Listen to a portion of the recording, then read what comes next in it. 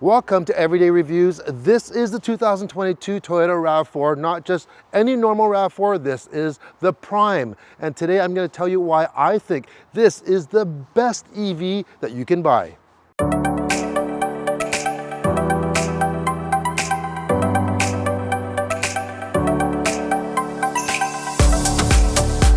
Before I tell you why I think this is the best EV on the market, let's just talk a little bit more about this particular model that we have in the driveway. This is the XSE all-wheel drive version. There is one package you can get, and that's the technology package. We'll talk about more of what you get with that when we get inside, but this is the supersonic red color. That's an additional 795 Canadian dollars. I think it looks really good, and that comes with the black top, so you get the two-tone paint. And I'm telling you, this week the weather's been all over the place. We had a lot of rain and stuff. This color actually looks clean even when it's dirty. It's actually a pretty good color for that. Plus it looks pretty sporty with all the black trim that you get here with the grille and on the bottom valence. You have that nice accent with the silver there. You also get standard LED projector headlamps.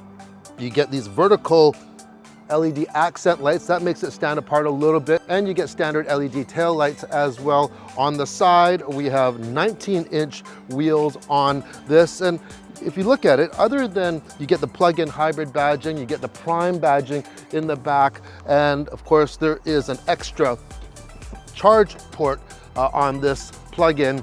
It's no different than a regular RAV4, which is really, really nice. In the rear, the two-tone theme continues. You have a black bumper, you have dual exhaust, and a standard power liftgate. Now, if you go for the technology package, you do get the hands-free option as well. But once it's opened, as you can see, there really is no compromise with the Prime.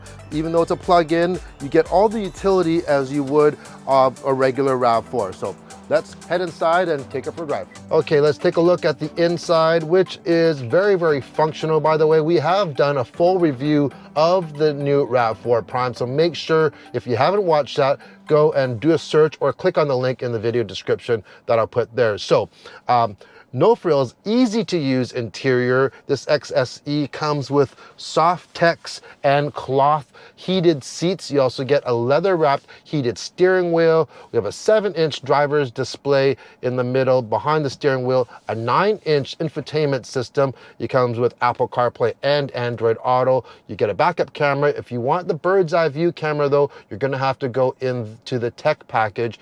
And that tech package also includes things like a premium JBL audio system. You get a head-up display, you get ventilated seats, you also get navigation, and you get a full-length panoramic roof. This has the power sunroof, but it's not as big as the panel roof there. Lots of good storage in the RAV4. You got the middle storage, a couple cup holders, 5 USBs. You also get a little shelf in front of the passenger. And of course, in the rear, room for 3, a small little hump, but we've had no issue with the family in here at all. This one does have the electronic mirror, which is kind of odd because this comes with the technology package, yet this doesn't have the tech package. So maybe there's some sort of an anomaly there in the packaging of this particular one. So let's go for a drive. Woo! Sucks you right back. Can you feel that torque?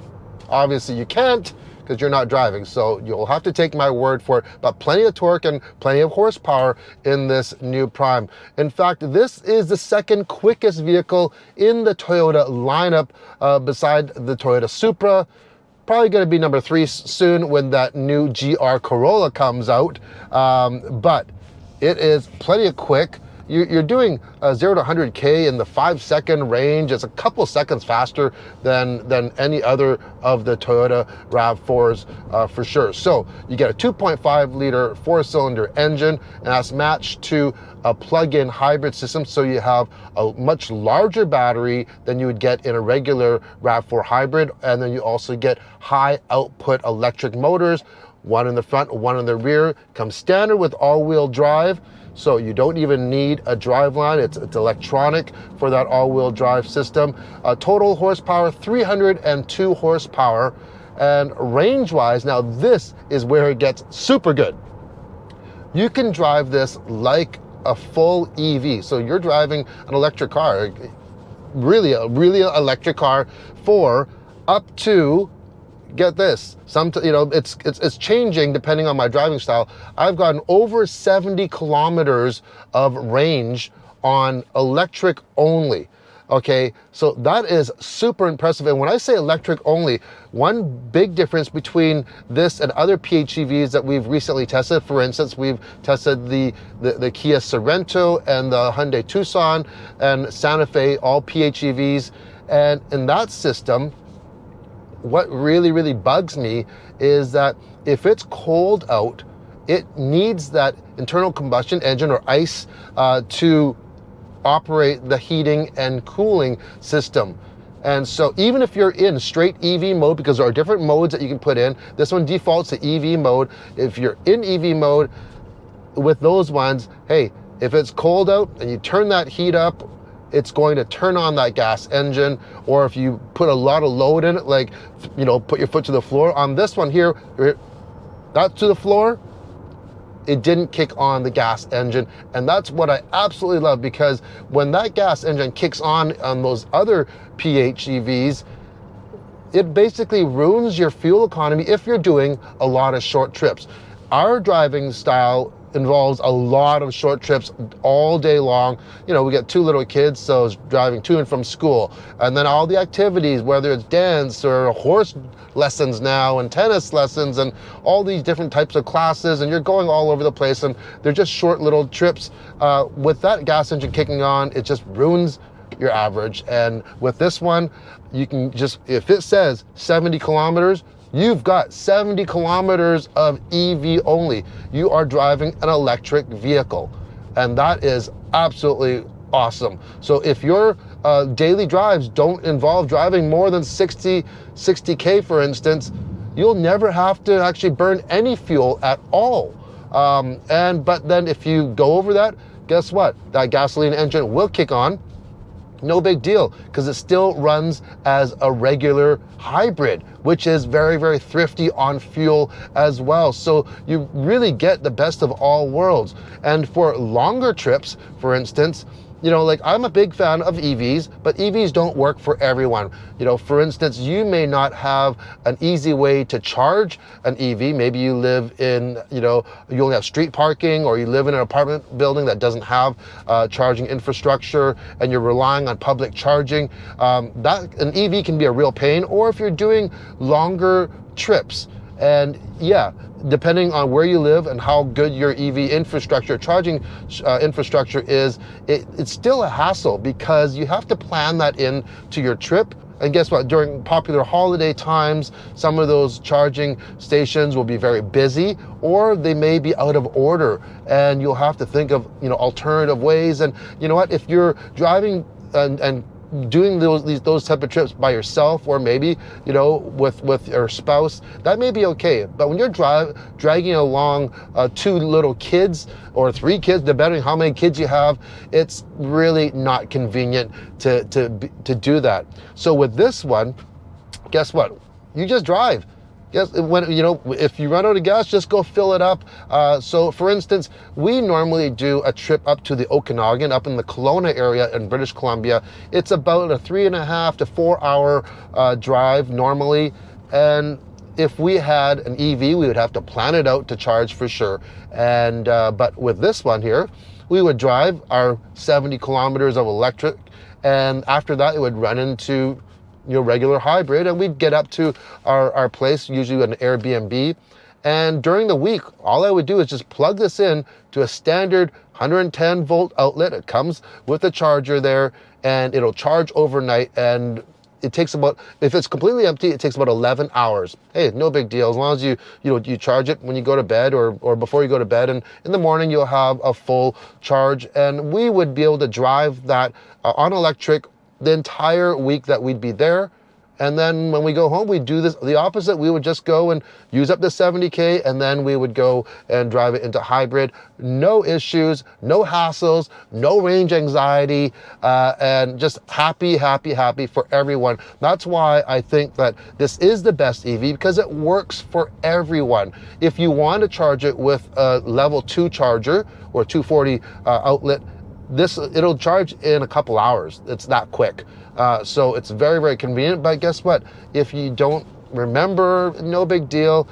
You can just go and just drive it regularly. The modes though, you can actually force it into hybrid mode, for instance, or you can even go and put it into a charge mode. So if you want to have more electricity for the city and you're getting low, if you're on the highway, put it into charge mode, and then, hey, it's going to charge as you drive as well, so you'll get a few extra kilometers. Plus you have regen braking on here too, so you know, if you have some big mountain passes when you're going down, you are putting more juice back in here, because this type of system, Toyota system, it's always going at, when it can, it'll always put electricity back into the battery whenever it can. So even though you don't have any more EV range per se, as it says in the gauge there, there'll be a lot of times where you'll be running purely on EV, just like a standard Toyota hybrid. So why can this run on straight EV without dipping into that gas engine at all? Because this has a heat pump, and this heat pump operates the heating and cooling, and heating up to about -6 degrees Celsius, which is about 20 degrees Fahrenheit. Any colder than that, it really can't put out that much heat. So you will probably want to run that in hybrid mode for sure. And yeah, so because you'll need heat, obviously. So yeah, so the winter, if you live in a really cold climate, yeah, you're not gonna be able to drive it in full EV, like I said, but you'll basically be equal to those other PHEVs that I talked about for the rest of the year. Or if you don't live in a climate like that, you are just straight EV. You get what you see. And you could drive very, very fast in EV as well without that gasoline engine kicking in.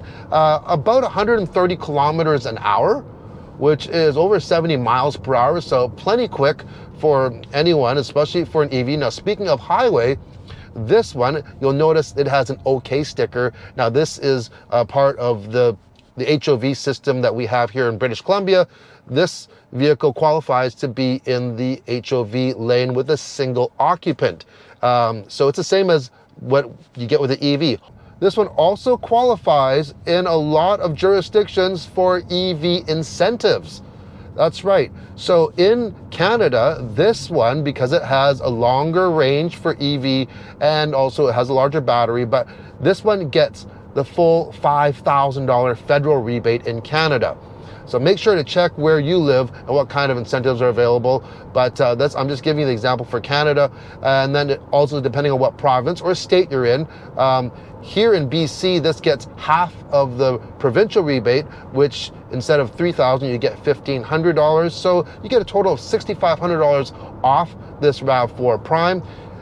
In Quebec, you not only get the $5,000 federal rebate, you also get a $5,000 provincial rebate as well, bringing this vehicle, so that's $10,000 off, bringing this vehicle close to what you would pay for a regular RAV4 hybrid. So obviously, if you're in Quebec, it's a no-brainer. It's an absolute no-brainer to get one of these. You're gonna save a ton of money. You got a lot of power. However, there is one thing about this. Yes, this is the best EV on the market right now. However, it's not easy to get. There is a long waiting list for these popular PHEVs, especially this RAV4 Prime, especially with the price of gas right now. And we're talking, 2+ years in some cases. If you do find one from a dealer, I've heard that some dealers, because of their allotment, they're so low that if they only have one or two in stock, they've really put a lot of accessories, dealer accessories on them. The prices have raised, $10,000, $12,000 with all the different accessories they've added on because, hey, I don't blame them. They need to make money and they only have one unit to do so. And on the bright side, you're actually getting something for that $10,000, $12,000. In some cases, some of the other dealers from other manufacturers, especially in the US, for instance, you are just getting, $5-10 grand of a surcharge tacked on to a new vehicle, regardless of what brand it is. My nephew lives in California. He was looking at getting an IONIQ5, and yeah, the surcharge is anywhere from $5,000 to $10,000 more on top of the price of the vehicle, and you're not getting all those accessories. So there is a bright side to it. You do get a lot of accessories if that dealer wants to install a ton for you. So would I buy a RAV4 Prime? In a heartbeat. Seriously, if I could get one, I would buy it because it works so well for our family. And that's the beauty of the Prime especially, but PHEVs in general. They work for everyone.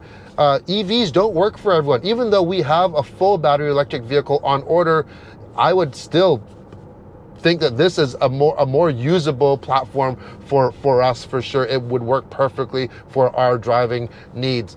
And they are the best solution. You do get your cake and you can eat it as well with these PHEVs. And yeah, I think this is the best EV on the market today. However, that's today. There are lots of other ones coming out. One that I'm really looking forward to is the new Mitsubishi Outlander PHEV. That is rumored to have a 20 kilowatt hour battery and have an EV range of over 80 kilometers or around 55 miles. That should satisfy everyone. And oh man, with the price of gas these days, this is the perfect solution. So anyways, leave a comment below. What do you think about PHEVs and this RAV4 Prime? Would you buy one if you actually had a chance to get one, and or would you rather have an EV? And if you own a RAV4 Prime, also leave a comment. I want to know what your experience is like with the Prime. You know, do you wish that you actually got a full battery electric vehicle, maybe that BZ4X that's coming out? And yeah, how is it for heating in the winter for you, and what's your range like during winter time as well? Anyways, I hope you enjoyed our little video on the new RAV4 Prime, and hope to see you on the next video. Cheers.